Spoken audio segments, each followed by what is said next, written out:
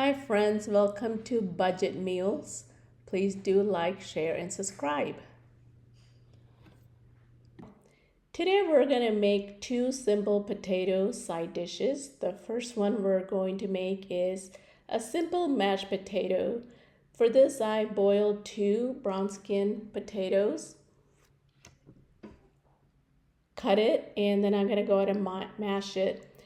I did not remove the skin because there's a lot of nutrition in the potato skin, and it has a lot of fiber too, so I want to go ahead and keep the skin. But if you want, you can remove the skin. You can use any type of potato for this Yukon or the red skinned. Any of that is fine too. You just want to go ahead and mash it. I'm just rough mashing it. It's not finely mashed. And to this, what's going to give it its flavor is yogurt. I'm going to add 1/4 cup whole milk yogurt. And I have made this before with sour cream too, and it tastes really good too. But this is just another way to make it without the sour cream. So you want to go ahead and put the yogurt in and mix it really good. Just make sure that the yogurt coats all the potatoes. Just get it in there. Get your spoon or spatula and just make sure you mix it really well. Then you want to go ahead and add salt and pepper to taste.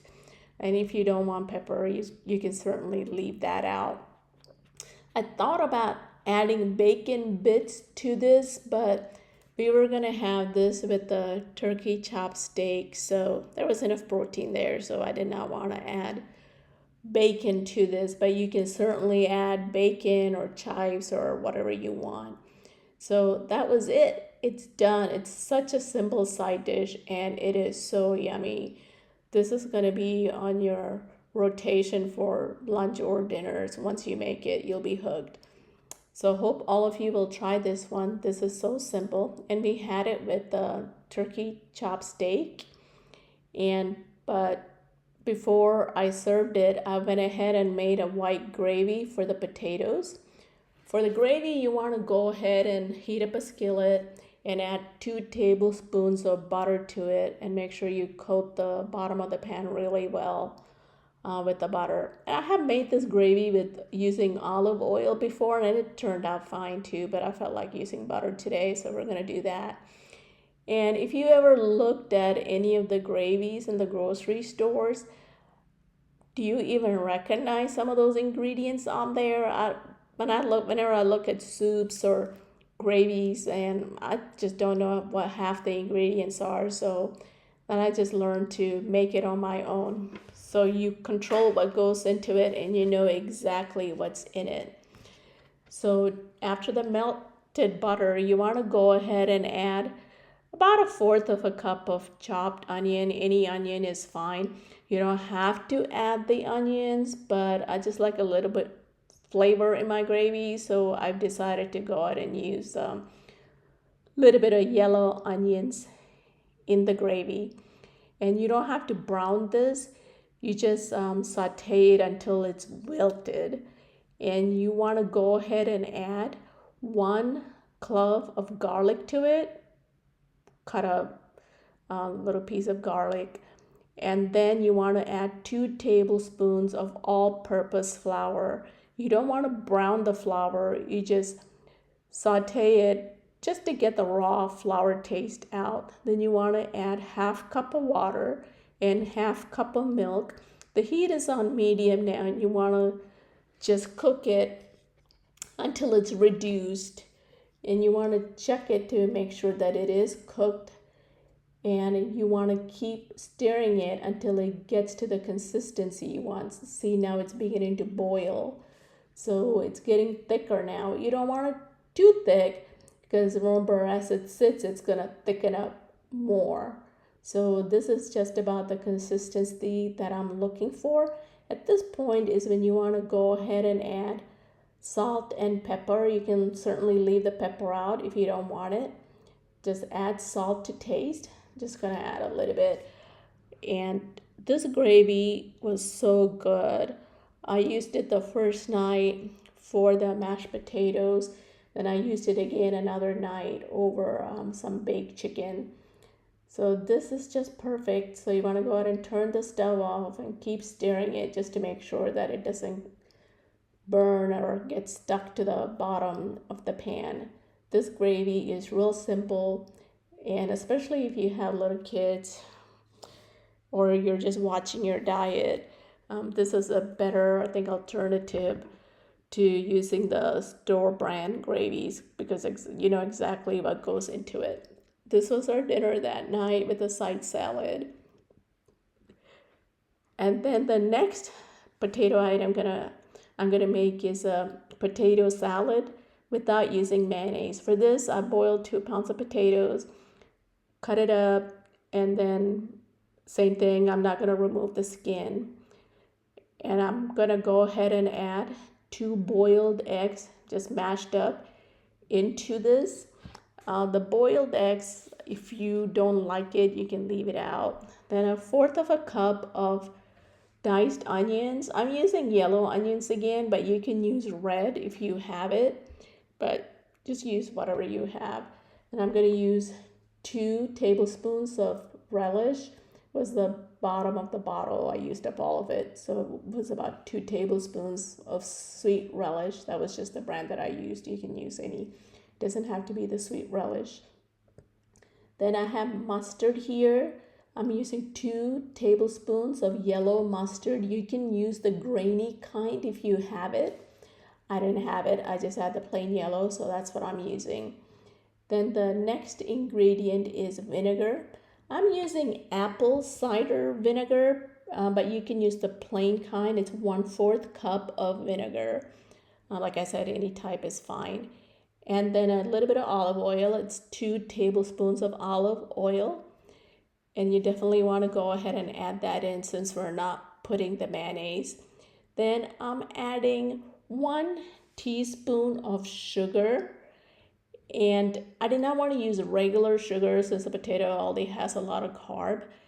So I'm using the Splenda sugar-free sugar. So that's why it looks brown, but you can use regular sugar, that's fine. Then salt and pepper to taste. Like I said, you can certainly leave the pepper out if you don't want the extra kick. Then you mix it all up, and there's one final ingredient that I'm adding to this, but you don't have to, but I think it just takes it to the next level if you add it. And that ingredient, of course, is going to be some spring onions. You can add it, like I said, if you want. If you don't have it, you don't have to go out and buy it. You can add fresh dill or dried dill if you have it. That's another item you can go ahead and add in here. I did not add celery to this, but you can certainly add celery. I'm leaving the celery out this time. I'm gonna go ahead and add the chopped green onions at this time. So these green onions are onions that I had bought a few months ago for another recipe. And I tried the trick, you know, where they show you in the videos to put the root in a glass of water and once it sprouts, plant it. Well, I did that and it actually worked. I have so much green onions now. I don't know what to do with it. So I thought, hey, let me try it in the salad, and it turned out good. So if you have it, certainly put it in there. But if not, I wouldn't. That's not an ingredient I would go out and buy just to add. And this tasted perfect.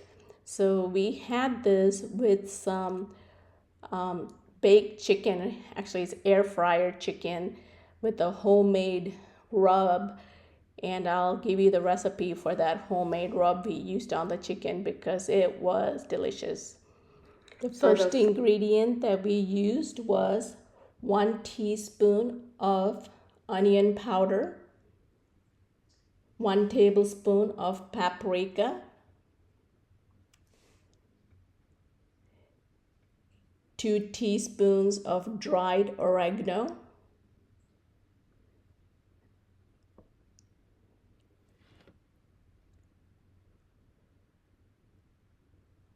1 teaspoon of garlic powder,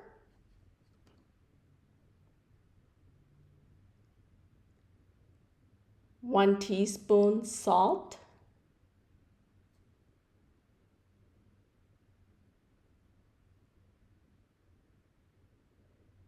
half a teaspoon black pepper. Oops, a little too much came out, so approximately it's about half a teaspoon of black pepper,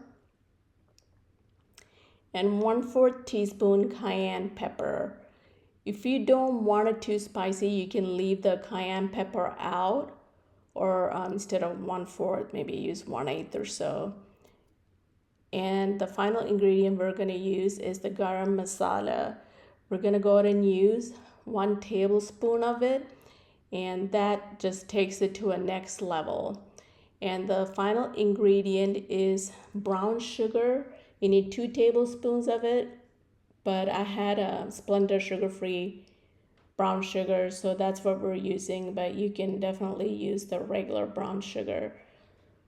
That's what the recipe usually uses, but I'm just trying to stay away from sugar, so we're just going with the Splenda for this. You mix it up, and you can keep it in a glass jar. And when you make the chicken, so you would need about 1 tablespoon per 1 chicken breast. We're using chicken thighs for it, bone in, and I still went ahead and used 1 tablespoon for it. So when I got the chicken ready, I went ahead and made cuts on top of the chicken, so that way the rub would get inside the chicken and not just be all stuck on top. So you want to go ahead and put a little bit of olive oil on the chicken. The reason for it is that'll help the rub stay on the chicken, so that way it won't all just fall off. The olive oil helps the rub to stay on there. See the slits on there on the chicken? I'm gonna go ahead and add 2 tablespoons, 1 tablespoon for each chicken. So you just want to go ahead and get the chicken in your hand and just make sure that you rub it all over and see how good it's sticking, and see the slits in the chicken. Just make sure you get the rub in there also, so that way you'll have some flavors all the way through, not just the top and the bottom. And this chicken came out so yummy. You can bake this in the oven, but we made it in the air fryer. So I put it on 390 for 10 minutes on each side, and it came out nice and juicy and delicious. It was not dry at all. Or you can use a thermometer to check to make sure it is the correct temperature before you eat it. This was just the perfect dinner. This was my first time making the chicken this way, and I'm definitely going to be doing it more often. Just a heads up, it is a little bit on the spicier side. So like I was saying, if you don't want that much heat, cut back on the black pepper and the cayenne. The paprika gives it the color, but doesn't have too much heat in it, just a little bit. So I put it on foil paper sprayed with olive oil spray. Then I sprayed a little bit of it on top and baked it. And there it is. That was our dinner for that day, with the potato salad and a salad with spinach, pear, and beetroots, and a little bit of feta on top. It was so delicious. I hope all of you will try it. It's a simple, something simple you can have for dinner or lunch. And that's the other turkey chopsteak. I had done a video on that chopsteak previously, so I'll put the link in the description if you all would like to take a look at it. And that was pretty simple to make too. I just made the turkey chopsteak without potatoes this time. Last time it did have potatoes. Since I was going to have a potato side dish, I didn't want too much of it. That's our daughter's cat, Puddles. Isn't he cute?